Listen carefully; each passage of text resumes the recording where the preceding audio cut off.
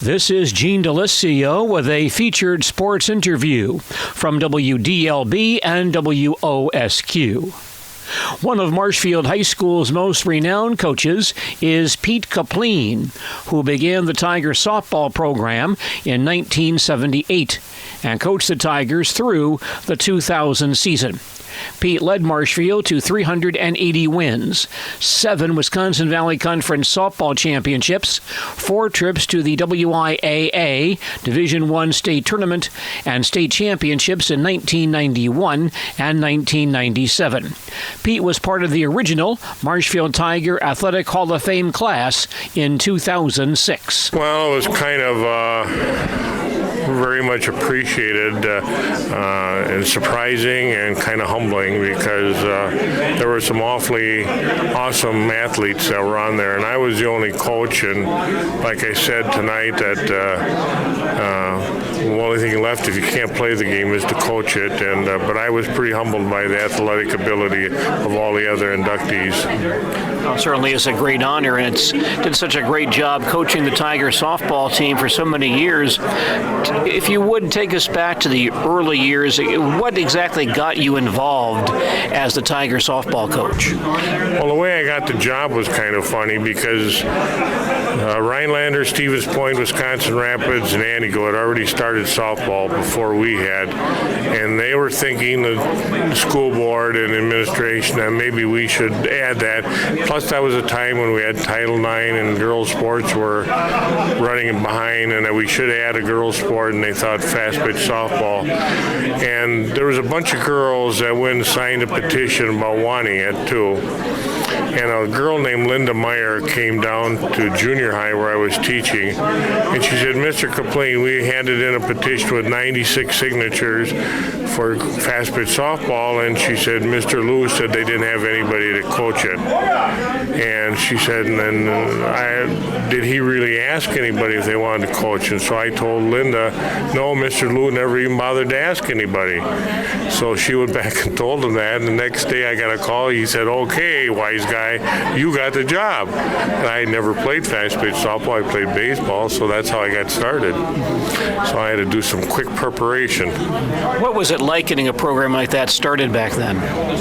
Oh, I had called the guy that was a state champion the year before, coach, and asked him, "What do I do to get it started?"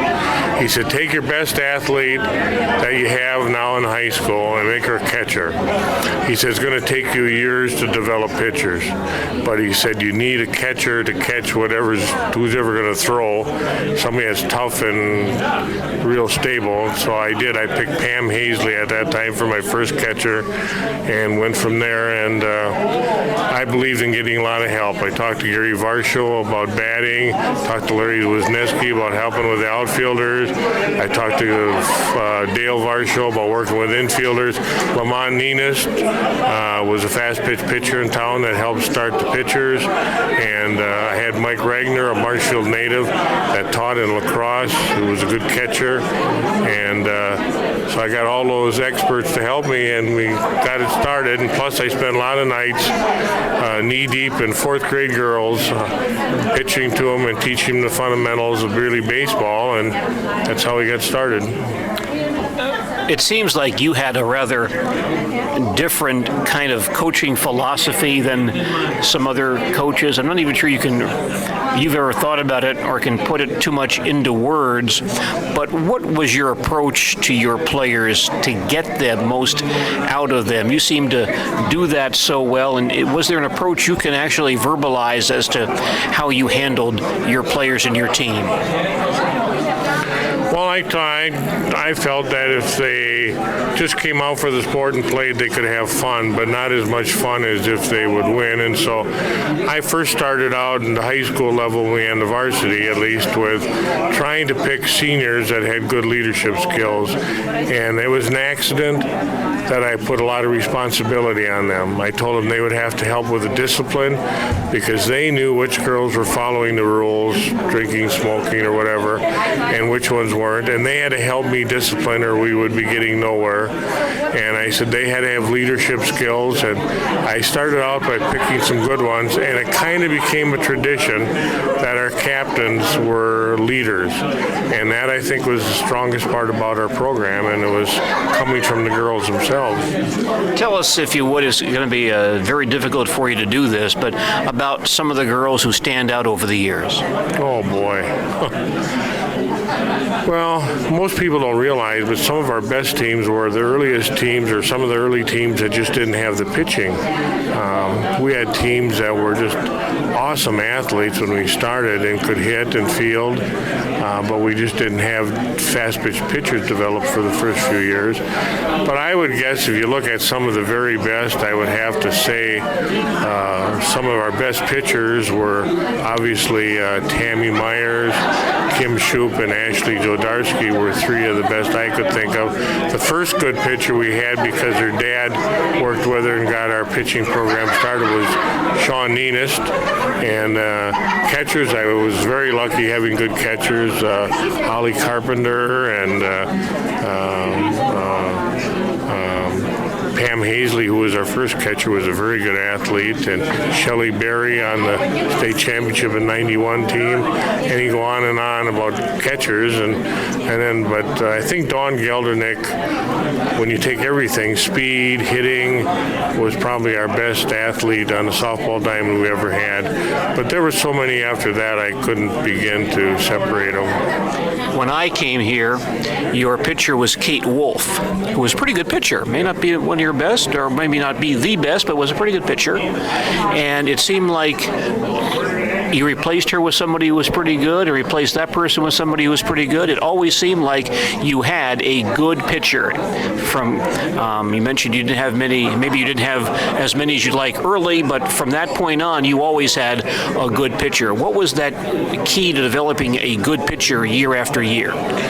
Well, we had a good pitcher first started with, I said, Sean Neenest was a good pitcher. Then we had a period of waiting till some of the young girls we had started. And in the meantime, Wayne Hamlin, who worked for me for many years, worked with Lamont and other pitching coaches to learn how to develop pitchers. But we had a little gap. Well, then there came Kate Wolf from Washington, which was great because we needed a pitcher that at that time she fit in. And by the time she was done, our younger pitchers, Tammy and Kim Shoup and the rest of them were starting to come along. And then even though we got a gift from Loyal with Ashley Jodarski, Wayne Hamlin, our pitching coach, actually started her pitching, taught her how to pitch at Loyal. So once we got going, Wayne Hamlin took care of the rest with, he had girls that were as young as fourth grade starting to pitch, so we had a good feeder program. As you mentioned, you had some great teams in the early years, but just could not get over the hump and get into the state tournament. Was that a frustrating situation for you and Wayne?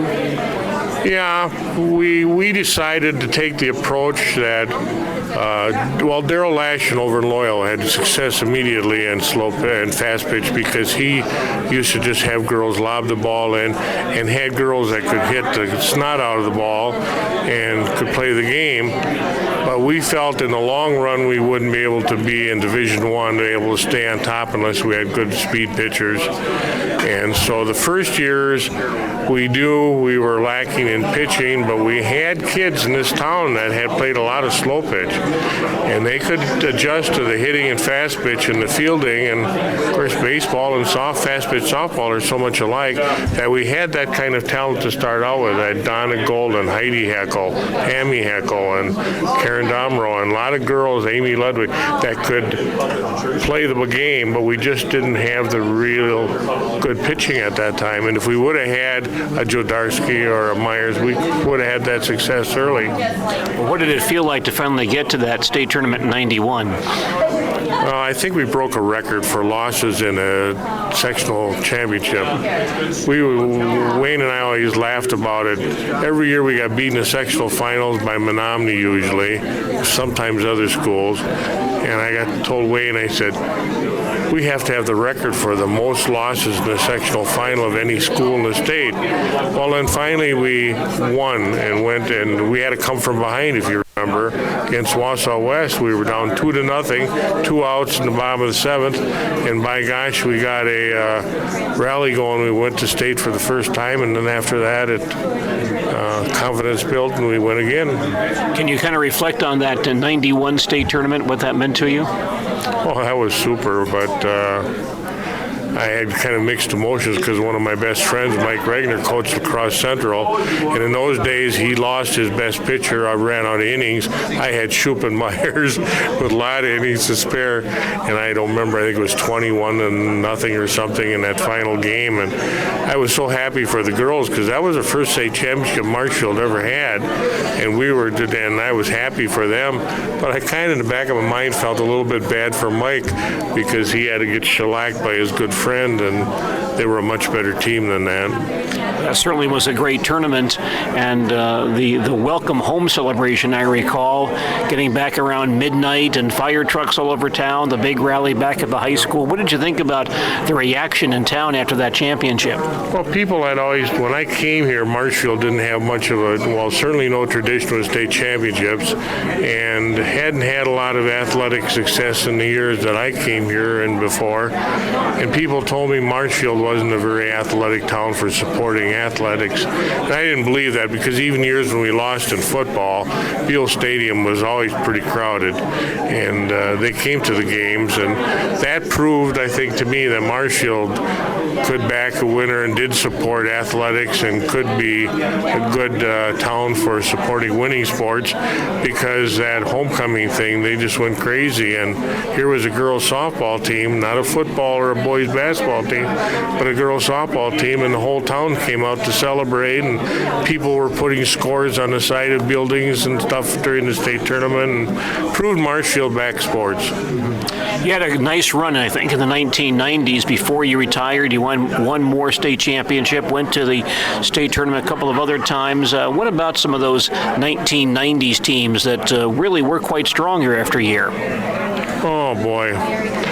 Some of you always said, did the best teams win the state championship? And I thought, well, that'd be hard because we had one year, and you were talking about Laurel Cousy when we were a little while ago, and some of those girls that played and didn't go to state that had teams that I thought were as good as the ones that did go to state, and we just came up a little short the sectional finals again.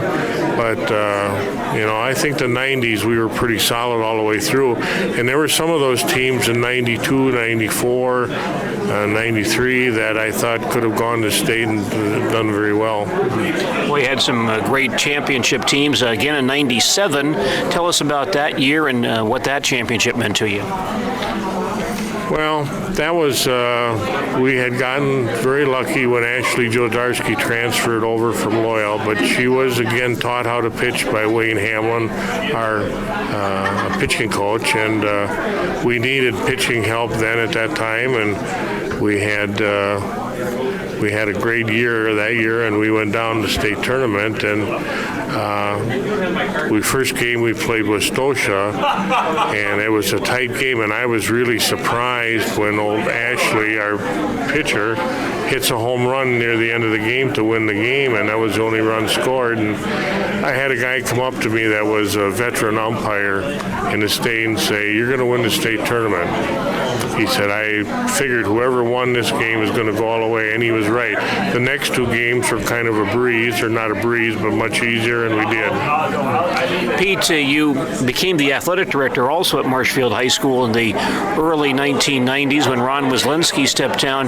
Tell us about your efforts to revitalize the athletic program at Marshfield High School, because before that, your program was strong, Coach Kaler's programs were strong, but really success in other sports was kind of hit and miss, but it looks like things really began to improve across the board once you became athletic director. Was there a plan in place or some things you installed to help the overall success of the program? Well, you remember we did a lot in that period with facilities. The Booster Club got very strong and had a lot of money involved. That's when we went, like for the field house, going to all glass backboards, a lot of work on the facilities. The diamonds in town were getting to be improved by the city and the Softball Association. Everything facility-wise was on the up and up.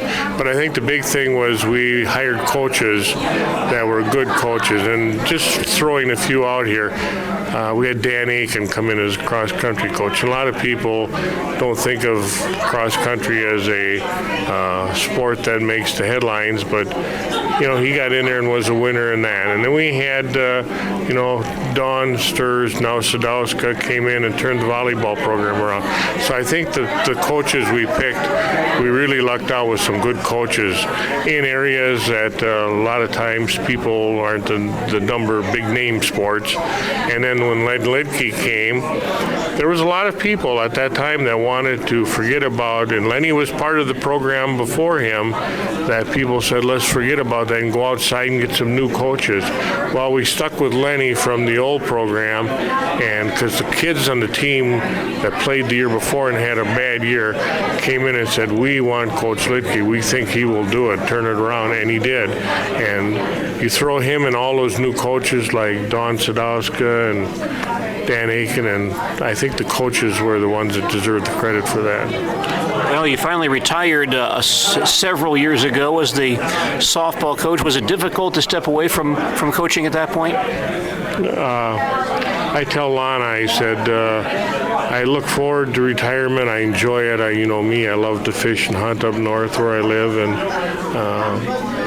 but I miss softball of all the things, and I miss all the people I worked with, and I miss some things about athletic directing, and I miss things about teaching biology, but I really miss coaching the girls because that were the best times of my life, and I'll go to my grave remembering those years. And for something like this to happen tonight is just kind of a gold watch to me. It's something I'll cherish and keep with me forever. I almost forgot the most important question, and that is Wayne Hamlin and your thoughts about what he did for your program for so many years. Well, that's like it's like asking the left hand, what did the right hand ever do for you? And without Wayne's efforts, he made up his mind as an assistant coach. He didn't want any of this stuff of being head coach. He didn't like to do interviews. He didn't want to turn in game reports and box scores, and a lot of the stuff that went on with being a head coach and dealing with the public and stuff, he didn't want anything to do with. But he did want to become a pitching coach, and he made up his mind to be the best he could be. He worked with a guy named Mulry over in Kimberly, who was an excellent pitching coach. He worked with Lamont Ninus here in town, and he learned all the new techniques and everything he could do to teach, not to teach older girls how to throw a new pitch, a better drop, or a rise ball, but how to get little girls enthusiastic and started pitching. He started girls in 4th, 5th, 6th, 7th grade and got them excited about pitching. And I can't believe those little girls used to come to pitching practice, even in the summer, and stand out in the 90-degree sun and throw, and he made it fun. And he just did a tremendous job. I wouldn't be here tonight if it wasn't for him. Pete, can you reflect also on one other thing, and that is the way girls' athletics grew from the late 1970s to what they are today? When you became softball coach, it was not certainly a major part of athletics. It certainly has grown over the years. And reflect, if you would, on the way girls' athletics has grown in this community and in other communities around Wisconsin. All they needed was an opportunity. They had GAS, GHS, or whatever it was called, or GAA, I guess, wasn't it, for years, where they were allowed to have their little intramural programs. But once they got the chance to do what the boys did, they just blossomed, and here in Marshfield was no exception. We actually had success in a lot of programs here at Marshfield at the girls level first, before the boys. Hangmeyer had some good teams with Carlin McClary, and we had some good girls programs right from the get-go, and it was a resource that was untapped. I coached boys basketball, and I coached girls softball, and people, the old rumor was girls aren't competitive, girls don't care if they win or lose, and if I had to rate the best athletes I've ever coached in my life, there'd probably be more girls in there for being tremendously competitive, hardworking, and motivated, and they're just like the boys. They want to get out there and they want to win. Marshfield Tiger softball coach Pete Kopplin inducted into the Marshfield Tiger Athletic Hall of Fame in 2006. This is Gene DeLisio reporting for WDLB and WOSQ Sports.